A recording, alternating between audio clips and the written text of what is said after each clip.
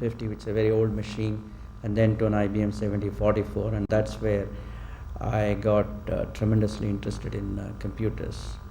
And those were the initial days of computing in India, and it was always great excitement, great fun to use computers.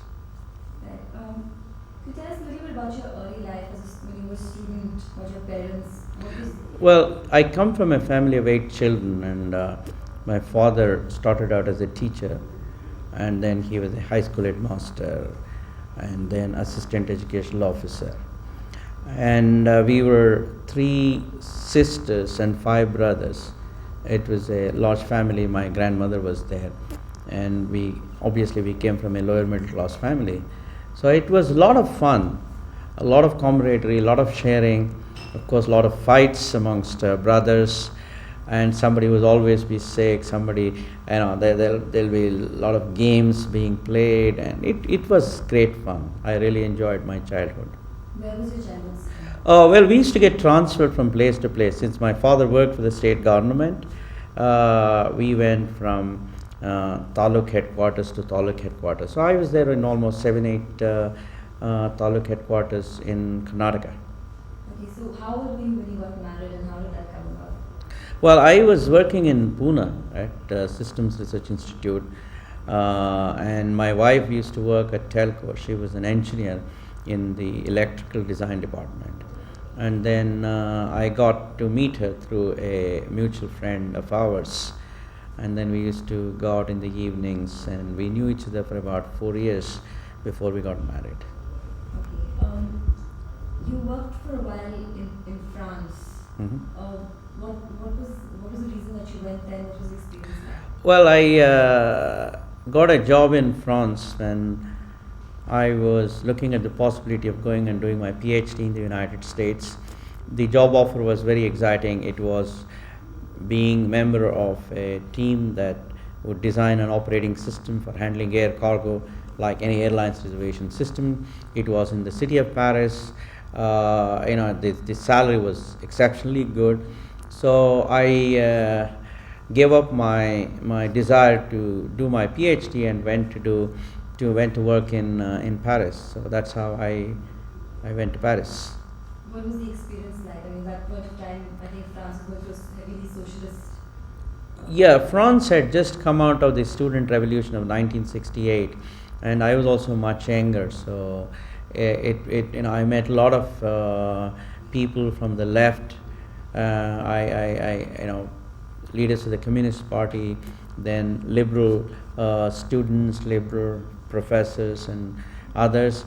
I spent a lot of my time in Latin Quarter on the left bank, and we would I read a lot, I met a lot of people, and I also observed a lot of stuff, how France, in spite of having a very strong leftist participation in the country, it still was progressing very well. So it was an education for me in terms of creation of wealth, creation of jobs, how the economy should move, etc. So was it a time where you were able to reconcile socialist principles and sort of a capitalist philosophy? Well, actually it was a time where I slowly started realizing the futility of socialism as is practiced in India. It was a time when I realized how you need to embrace the ideas of capitalism if you want to create wealth, if you want to create jobs, if you want to raise the income level of people, if you want to redeem on the pledge of Mahatma Gandhi of wiping the tears of the eyes of every poor man, woman and child. So it was a big revelation for me. So from being a staunch leftist, you now what do you call yourself? Are you a capitalist? Well, I am a capitalist in mind, but I'm a compassionate person at heart. So I could be called a compassionate capitalist. Right. But are you in a sense disillusioned with leftist thinking? Oh yeah, there is no doubt at all. After all that, where have we come after 50 years of practicing socialism as defined by the Indian leaders? 52% of our children have one teacher for every two classes. 250 million people don't have access to clean water or potable water. 750 million children don't have access to any sanitation facilities. Our literacy level is still at 65%. I mean, on all counts, we are slipping further and further in the Human Development Index. So yes, to that extent, I am certainly disillusioned. And despite this manner of disillusionment, you decided to set up Infosys and you decided to do it in India. Tell us a little about the genesis of Infosys. How did it? Well, when I came back from France, I realized that the only way we can solve the problem of poverty in this country is by creating more and more jobs. And I also knew that it is unfair to expect that kind of creation of jobs in government or in the public sector, simply because, first of all, that's not the most efficient way of doing it. And number two, I think that's also not where the resources are available. So that's how I started thinking in terms of creating an enterprise which will embrace the finest principles of corporate governance, which will work on global benchmarks, which will export. So given these principles, we founded Infosys in 1981. Did you have to convince a lot of people to start Infosys? Was it a very difficult process? No, not really, because when we were all working at Patni Computer Systems in Bombay, there were 7 of us who had similar ideals, similar beliefs, similar value system, and we all came together in a very natural manner. And we said, let's conduct this experiment of creating wealth legally and ethically, and that's how we founded Infosys. It was a very, very natural phenomenon for us. How did you start? I mean, there's a legend about how all of you pawned your wife's jewelry and got the money together. No, actually, we put together about 10,000 rupees at that point of time, because that's all what we could get from the savings of our families, which meant that our wives had to sacrifice tremendously to bring together this 10,000 rupees. And so we were very short on money, but we were very long on hope, energy, enthusiasm, commitment, etc. And right from day one, we realized that we had to look at the export market, and that's how 6 of my colleagues went abroad, and we started working with a software company in New York City, and I remained in India, and my job was to get a computer imported into the country and then start developing software from India. So those were the initial days of Infosys. What are the ups and downs that you faced? I believe in 1990 there was a point where the company was floundering. How did you get through that? Well, we had run this marathon from 1981 to 1990. We were floundering. We were not satisfied with the progress we had made. So one day we all sat down and we were introspecting. We almost thought maybe this is time to fold up and perhaps sell the company to somebody for perhaps 3 or 4 crores or something like that.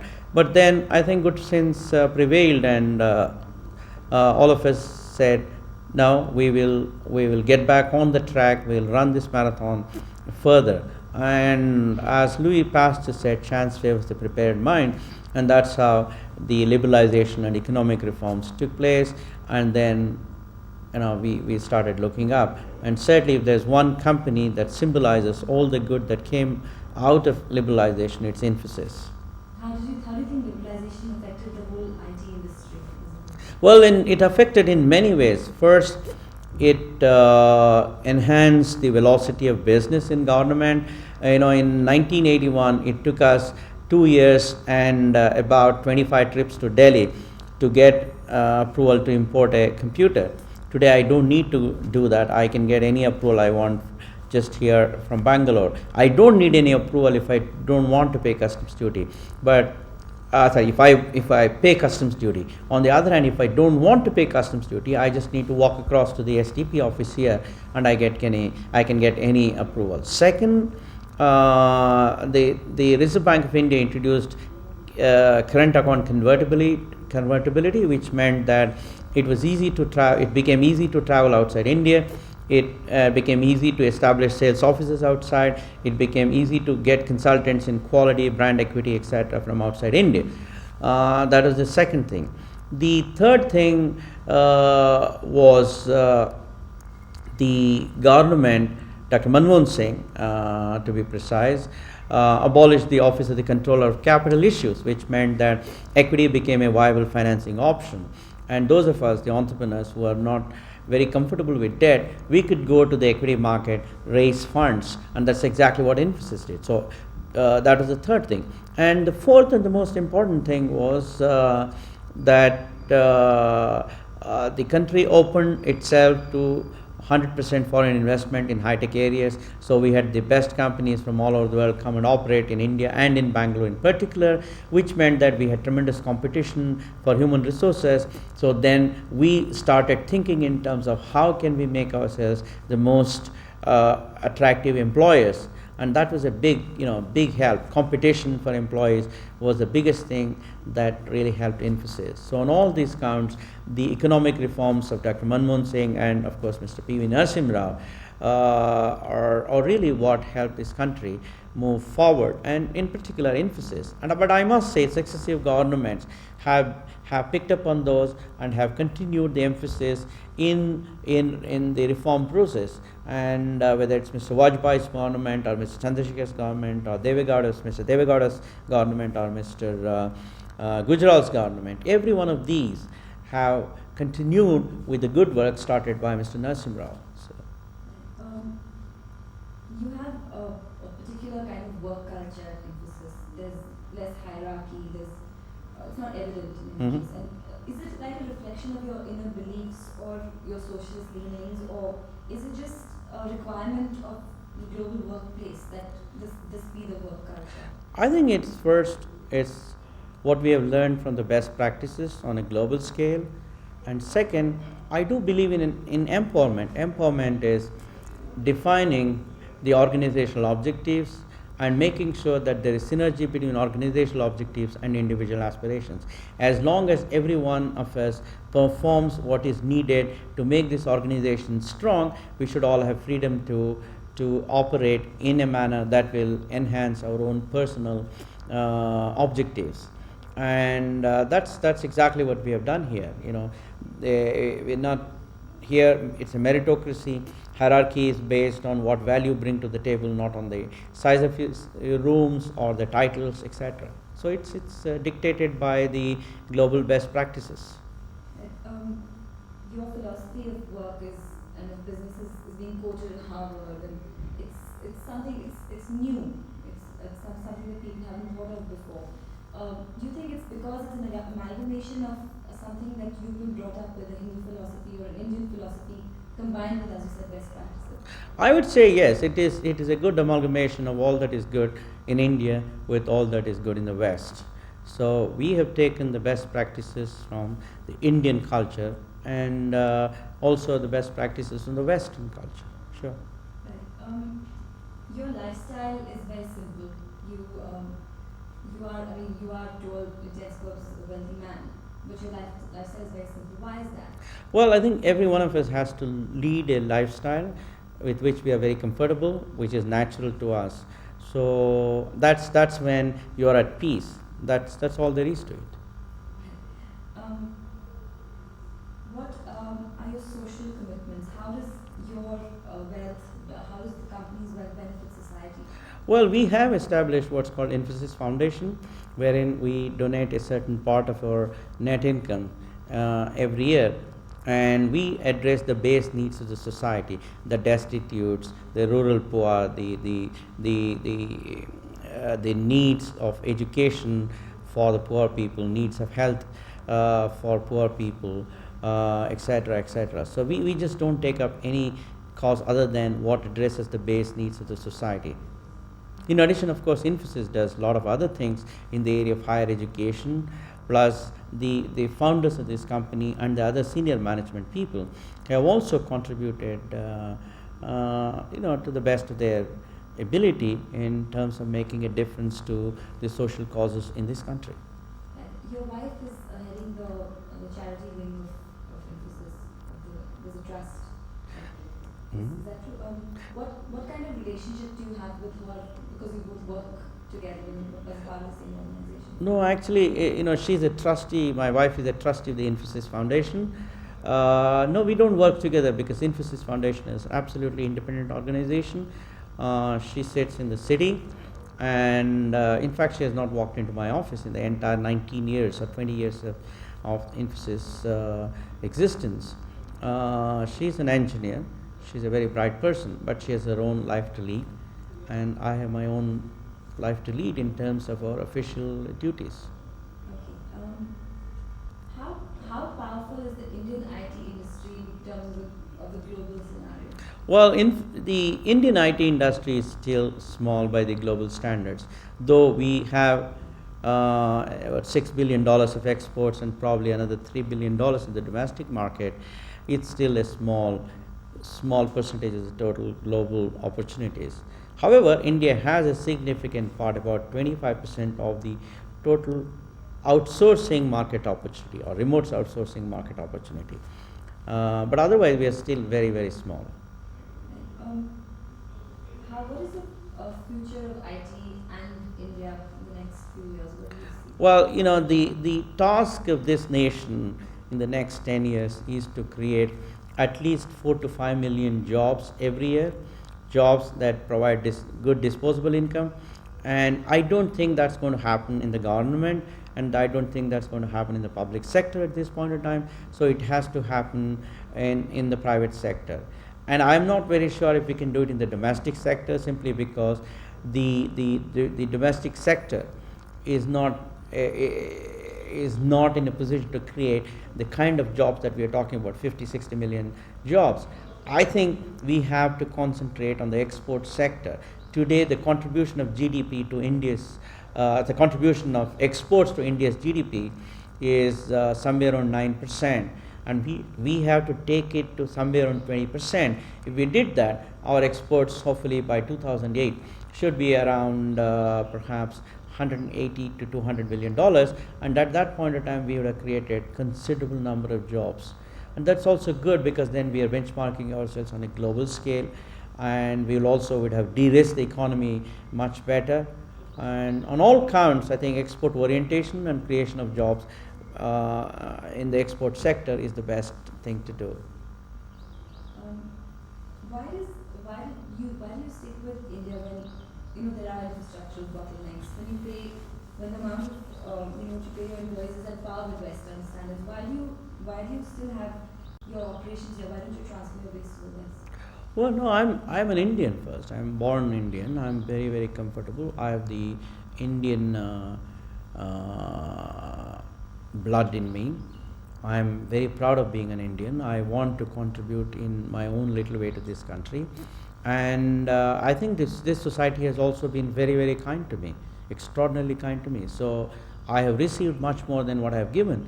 That there is tremendous incentive for me to do whatever little I can do for India. So I'm very, very happy being here and adding value here. Okay, do you think Hyderabad is going to overtake India and Bangalore as the IT destination? I don't think it's the question of Hyderabad overtaking Bangalore. The question is, we need 20-30 cities like Bangalore. If we want to create somewhere around 3 to 5 million jobs just in the software and IT sector, then we want all these 20 cities to become much bigger in terms of the opportunities for IT. So I want Hyderabad to come up, I want Bangalore to grow, I want Pune to come up, I want Bombay to come up, I want Delhi to come up. Why not? I mean, after all, this is India. Why should these opportunities be limited to one city? It doesn't make sense. I think we have bright, young children in every part of the country. So every state has to provide opportunity for good quality jobs. And so I think we need 20, 30 cities like Bangalore. Okay, finally, just last question. So what do you have? I mean, what are your working hours? Do you have time to sort of relax and spend time with your family? Well, I am in the office by about 7:45 in the morning, sometime maybe 7:30, 7:45, and then I leave generally around 7:30, 8 o'clock in the night, and reach home by 8:30. And then I spend a little bit of time with my son and wife. So to that extent, and I work certainly 6.5 days, definitely 6 days. But then most Sundays I'm here for half a day. So that's as long as there are challenging opportunities for me to add value in my office, that's quite refreshing. It's not tiring at all. So basically, your work is your relaxation. Yeah, I would think so.